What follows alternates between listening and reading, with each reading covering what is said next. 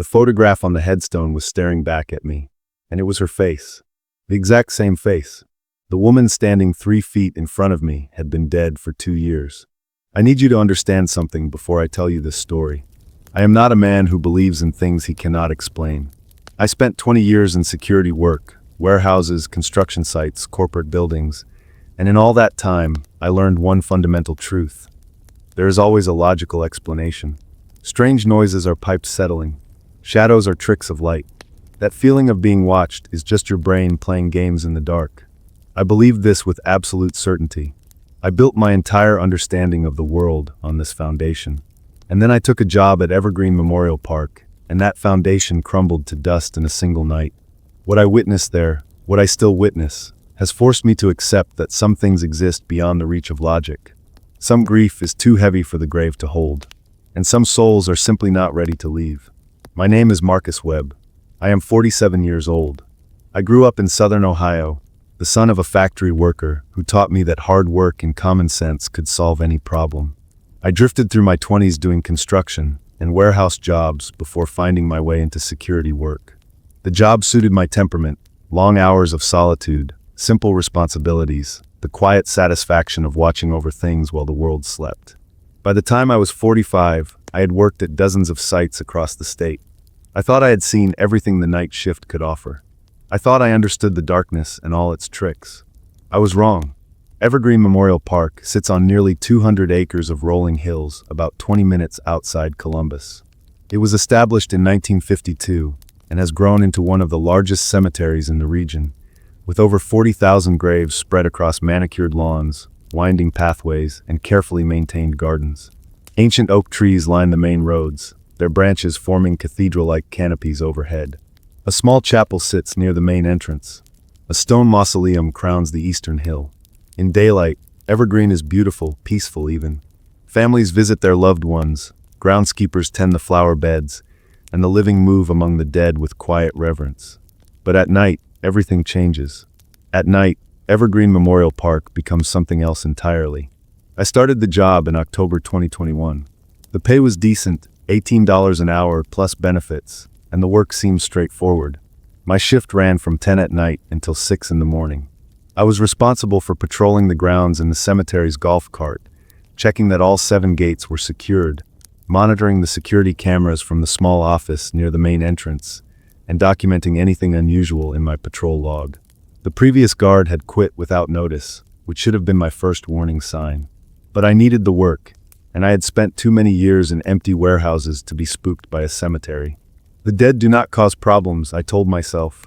They just lie there, silent and still, beneath their stones. The living are the ones you have to watch out for. My first 2 nights were uneventful. I learned the layout of the cemetery, memorized the locations of the gates and maintenance buildings, and got used to the strange acoustics of the place. The way sound carried differently across open lawns versus through dense tree cover. The way the wind moving through the oaks could sound almost like whispered voices if you let your imagination run. I made my rounds every 2 hours, checking the gates, scanning the grounds with my mag light, radioing in my position to the monitoring company that handled our overnight dispatch. Everything was normal. Everything was quiet. I started to think this would be the easiest job I had ever had. On my 3rd night, October 14th, the temperature dropped sharply.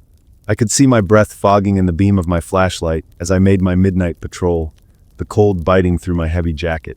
The cemetery was silent except for the crunch of gravel beneath the golf cart's tires and the occasional hoot of an owl somewhere in the trees. I was driving through Section 7, one of the older parts of the cemetery, where the headstones dated back to the 50s and 60s, when something caught my eye. Movement. About 40 yards ahead, near a cluster of graves beneath a massive oak tree. I slowed the cart to a stop and killed the headlights, squinting into the darkness. Someone was standing among the graves. A woman. She was facing away from me, motionless, looking down at one of the headstones. She was wearing a long blue coat that reached past her knees, and her dark hair fell in waves past her shoulders. My first thought was that she was a mourner who had gotten locked in after closing time. It happened occasionally. People lost track of time, wandered too far from the main gates, and found themselves trapped when we locked up at dusk. I reached for my radio to report the situation, then hesitated. Something about the scene felt wrong. I could not put my finger on it, but there was a quality to the stillness that made the hair on the back of my neck stand up. I climbed out of the golf cart and started walking toward her, my flashlight beam cutting through the darkness. The grass was wet with dew, soaking through my boots with each step. I called out as I approached, keeping my voice calm and professional. "Excuse me, ma'am.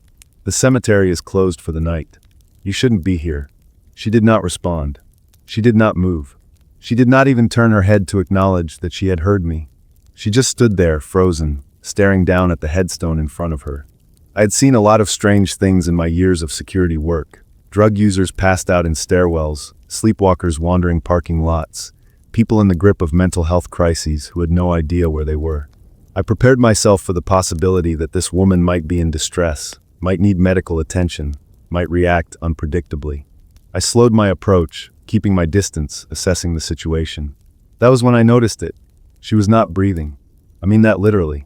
When you look at a person, any person, you can see the subtle rise and fall of their shoulders, the slight movement of their chest, the small shifts in posture that come with every breath. This woman had none of that. She was absolutely, perfectly still, like a statue, like a photograph that had somehow stepped out of its frame and taken physical form. The cold I felt suddenly had nothing to do with the October air. It came from somewhere deeper, somewhere inside my chest, a primal warning that something was very, very wrong. I stopped about 15 feet away from her, my flashlight trembling slightly in my grip. I forced my voice to remain steady. "Ma'am, are you all right? Do you need help?" And then she moved, slowly, so slowly that I almost did not register it at first. Her head began to turn, degree by degree, until she was looking at me over her shoulder. And when I saw her face, my heart stopped. She was beautiful, hauntingly, impossibly beautiful. High cheekbones, pale skin that seemed to glow faintly in the darkness. Dark eyes that held a depth of sorrow I had never seen in another human being. She looked to be in her early 30s, though there was something timeless about her features, something that made age seem irrelevant. Tears were streaming down her cheeks, catching the moonlight, leaving silver trails on her pale skin. She looked at me with those devastating eyes, and I felt the weight of her grief crash over me like a wave. It was suffocating, overwhelming. I could not breathe. Her lips moved, a whisper so quiet I had to strain to hear it.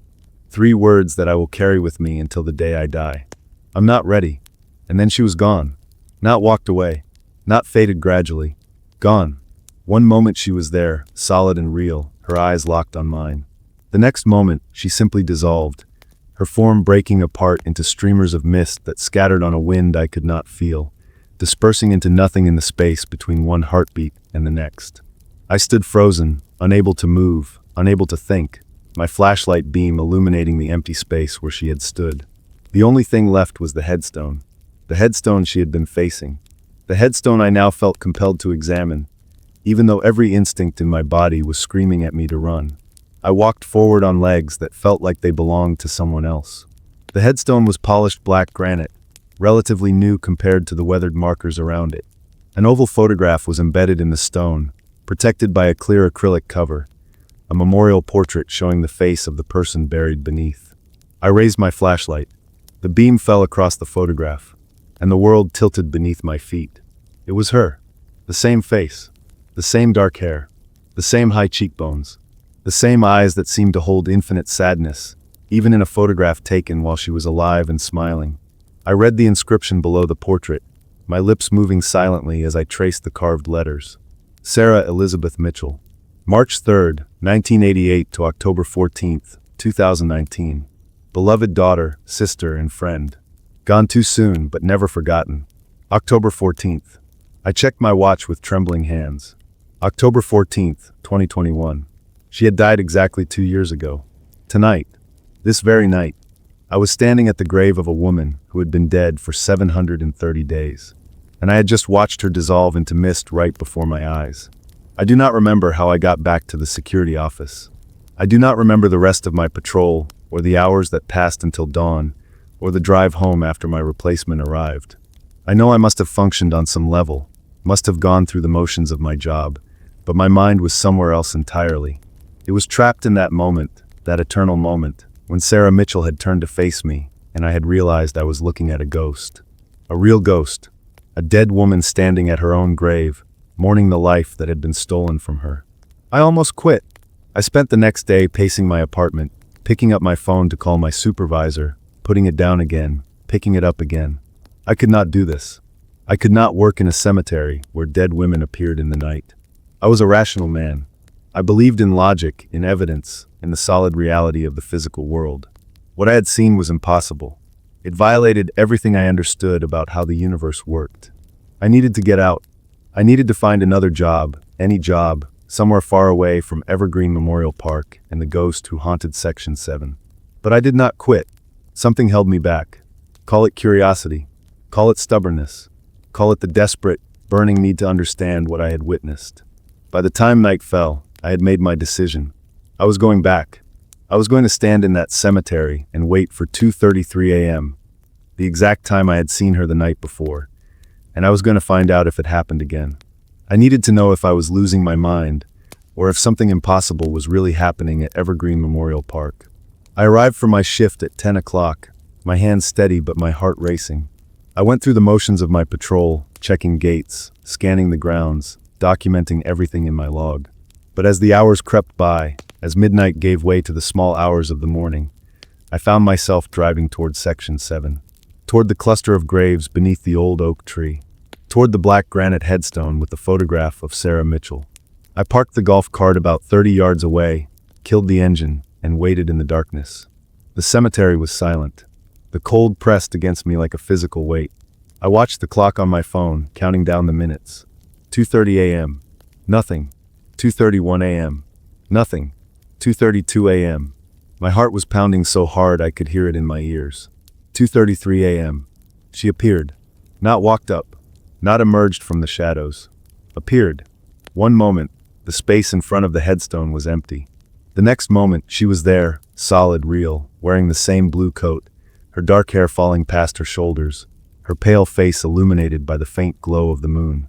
She was facing her own grave, staring down at the photograph of her own face, and even from 30 yards away, I could see the tears streaming down her cheeks. I watched her for 17 minutes. I timed it on my phone, unable to look away, barely daring to breathe. She never moved. She never turned. She just stood there, motionless, grieving at her own grave, a monument to sorrow made flesh. And then, at exactly 2:50 a.m., she dissolved. The same way she had the night before, her form breaking apart into mist, scattering on an invisible wind, vanishing into the darkness as if she had never existed at all. I sat in the golf cart for a long time after she disappeared. My hands were shaking. My mind was reeling. But beneath the shock and the fear, something else was taking root. Something that felt almost like purpose. This woman, this ghost, was trapped. She was suffering. She was alone, night after night, standing at her own grave because she could not accept that her life was over. And for some reason I could not understand, I was the one who could see her. I was the one who had been chosen to witness her grief. Maybe that meant I was supposed to help her. I started researching Sarah Mitchell the next day. The internet gave me pieces of her story, fragments of a life cut tragically short. She had been an elementary school teacher at a school about 10 miles from the cemetery. She was known for her patience, her creativity, her ability to connect with even the most difficult students.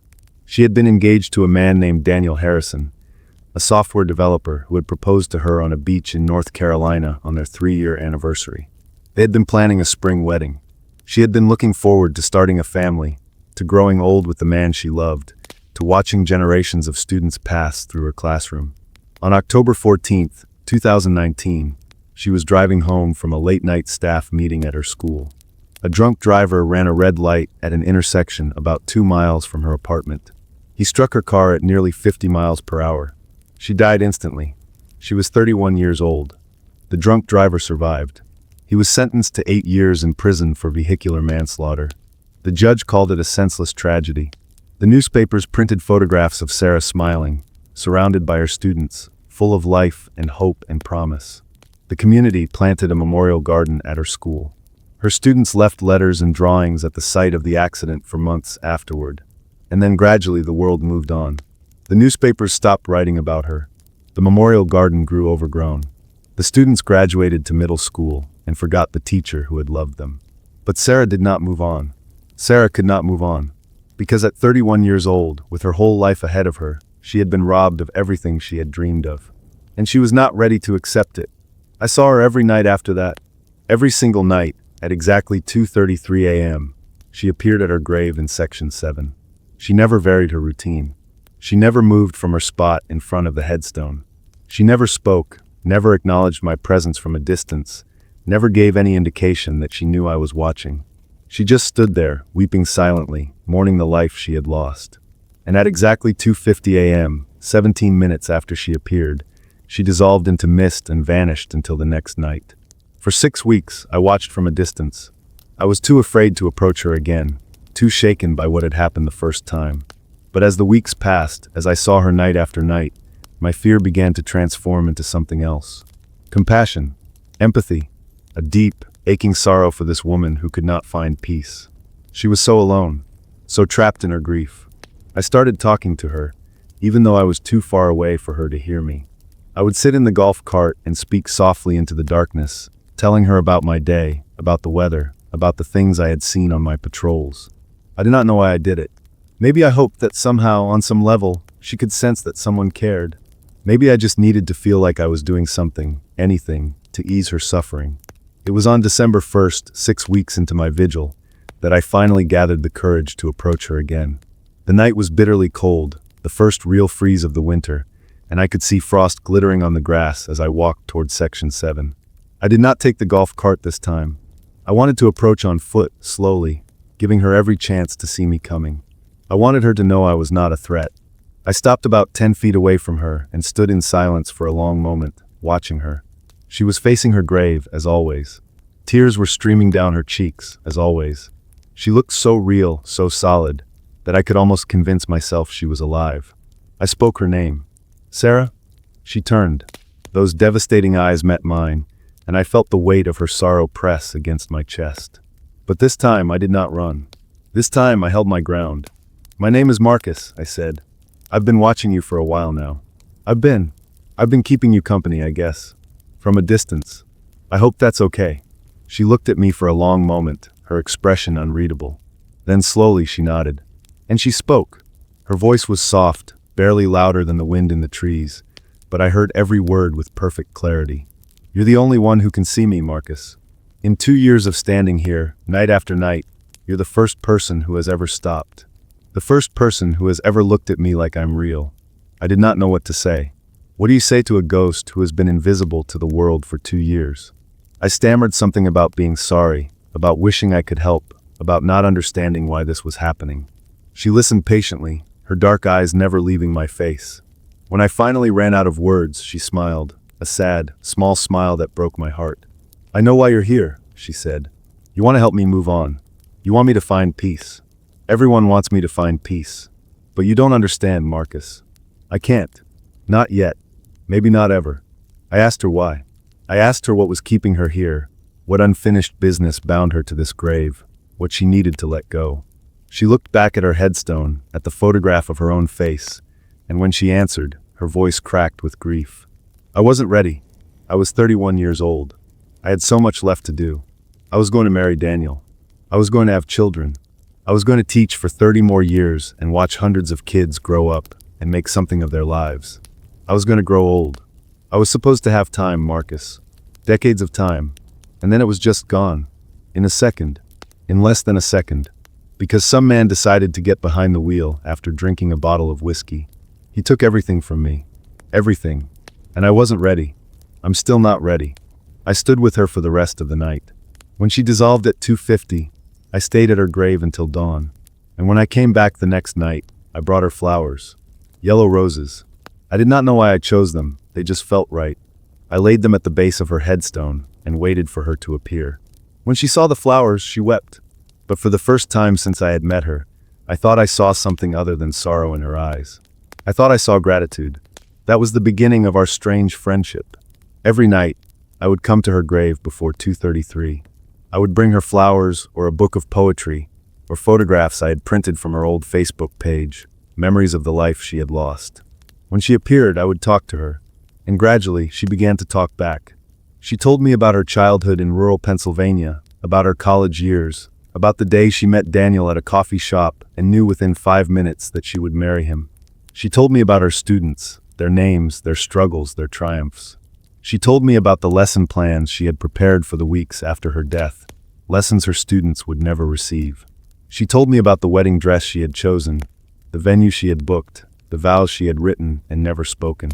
And she told me about the accident, about the headlights that appeared out of nowhere, about the moment of impact that she barely remembered, a flash of white and then nothing, about waking up at her own funeral, standing in the back of the church, watching her mother sob and her father stand frozen in shock and Daniel collapse against the altar, unable to speak.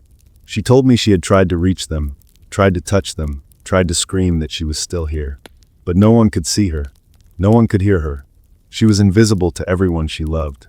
"The only place I'm real is here," she said one night, gesturing at her grave. "At my own headstone, looking at my own photograph. It's like the grave is the only thing that acknowledges I existed. The only thing that knows I was alive." I listened to her for months. I became her witness, her confessor, her only connection to the world of the living. And slowly, something began to change. The despair in her eyes started to soften. The tears that had flowed every night began to come less frequently. She started to smile sometimes when I told her stories about my life, about the ridiculous things I had seen on my patrols, about the family I had lost and the regrets I carried. She was still grieving. She was still trapped, but she was no longer alone. It was on March 3rd, 2023, what would have been her 35th birthday, that everything changed. I had brought her a bouquet of sunflowers, her favorite flower according to a post I had found on her old Facebook page. I had also brought a cupcake with a single candle, which I felt slightly foolish about, but did anyway. When she appeared at 2:33, she saw the cupcake and laughed.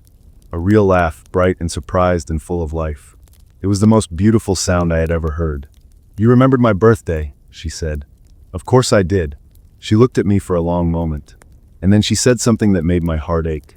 "Marcus, I need to tell you something. I think I'm ready." I did not understand at first. Ready for what? But then I saw the light that was beginning to gather around her, a warm, golden glow that seemed to radiate from somewhere deep inside her. It was different from the pale luminescence that had always surrounded her at night. This was something else, something new, something final. "Ready to go," she said softly. "I've spent 3.5 years standing at my own grave, crying for everything I lost. But talking to you, remembering my life, it helped me realize something. I didn't get the life I planned, but I got a life, a good life. 31 years of love and purpose and meaning. I taught hundreds of children. I loved and was loved. I made a difference, and maybe that's enough." I tried to speak, but my voice would not come. Tears were streaming down my face. "There's something I need you to do for me," she said. "Find Daniel. Tell him I love him. Tell him I'm okay. Tell him." She paused, her voice breaking. "Tell him to take off that ring he wears around his neck. Tell him it's okay to live again. Will you do that for me?" I nodded, unable to speak. She smiled at me, not the sad, wistful smile I had grown accustomed to, but a real smile, radiant and peaceful and full of love. She reached out and touched my cheek. Her hand was warm, real, alive, in a way she had not been since the night I first saw her. "Thank you, Marcus. Thank you for seeing me. Thank you for listening. Thank you for helping me remember that my life mattered." The golden light around her intensified, growing brighter and brighter until I had to shield my eyes. I heard her voice one last time, soft and distant, floating on an invisible wind. "I'm ready now." And then the light faded, and she was gone, not dissolved into mist. Gone. Truly, finally, peacefully gone. I stood at her grave until dawn, weeping like a child, feeling her absence like a physical wound. I kept my promise. I found Daniel through social media and sent him a message. He called me 2 days later, and I told him everything. Every conversation, every tear, every moment of her 3.5-year vigil at her own grave. When I finished, he was silent for a long time. "She wanted you to take off the ring," I said finally. "She wanted you to know it's okay to live again." I heard him break down, crying on the other end of the line. And then, through the tears, I heard him say, "Thank you. Thank you for being there for her. Thank you for setting her free." I still work at Evergreen Memorial Park. I still walk the grounds between midnight and dawn. Every night, at 2:33 a.m., I stop at Sarah's grave in Section 7. I stand in silence for 17 minutes, the same 17 minutes she used to spend there. I tell her about my day. I tell her that Daniel is doing better, that he started dating again last year, that he looks happy in his photographs now. I tell her that she is not forgotten. She never appears anymore. She is gone, truly gone, moved on to whatever beautiful place awaits those who are finally ready. But sometimes when I stand at her grave in the darkness, I feel something. A warmth that has nothing to do with the weather. A presence that hovers just at the edge of perception. A whisper on the wind that might be my imagination, or might be something more. And I know that somewhere, in a place beyond my understanding, Sarah Elizabeth Mitchell is finally at peace. She was not ready. For 3.5 years, she was not ready. But when she finally was, when she finally accepted that her short, beautiful life had mattered, that she had been loved, that it was okay to let go, she walked into the light with grace and courage. And she left behind a world that was better for having known her. I think about her every day. I think about the grief that bound her to her grave, and the love that finally set her free. I think about Daniel, slowly rebuilding his life, carrying her memory in his heart. And I think about all the others out there, all the souls standing at their own graves in the darkness, waiting for someone to see them, waiting for permission to move on. If you have lost someone you love, I want you to know this: they are not gone. They are never truly gone. They linger in the places that mattered to them, in the hearts of those who loved them, in the memories that death cannot erase. And sometimes they are waiting to be seen, waiting to be heard, waiting for someone to help them remember that their life mattered. Be that person. Look for them in the quiet moments. Listen for their whispers in the wind. And if you ever sense their presence, if you ever feel that warmth, that nearness, that aching love that transcends the boundary between life and death, tell them what they need to hear. Tell them it's okay. Tell them they mattered. Tell them they are loved. Tell them they are ready. And then let them go. Every night, when the clock strikes 2:33, I close my eyes and whisper those words into the darkness. You mattered, Sarah. You were loved. And you're ready now. Rest. Somewhere in the silence, I swear I can hear her answer. Thank you, Marcus, for everything.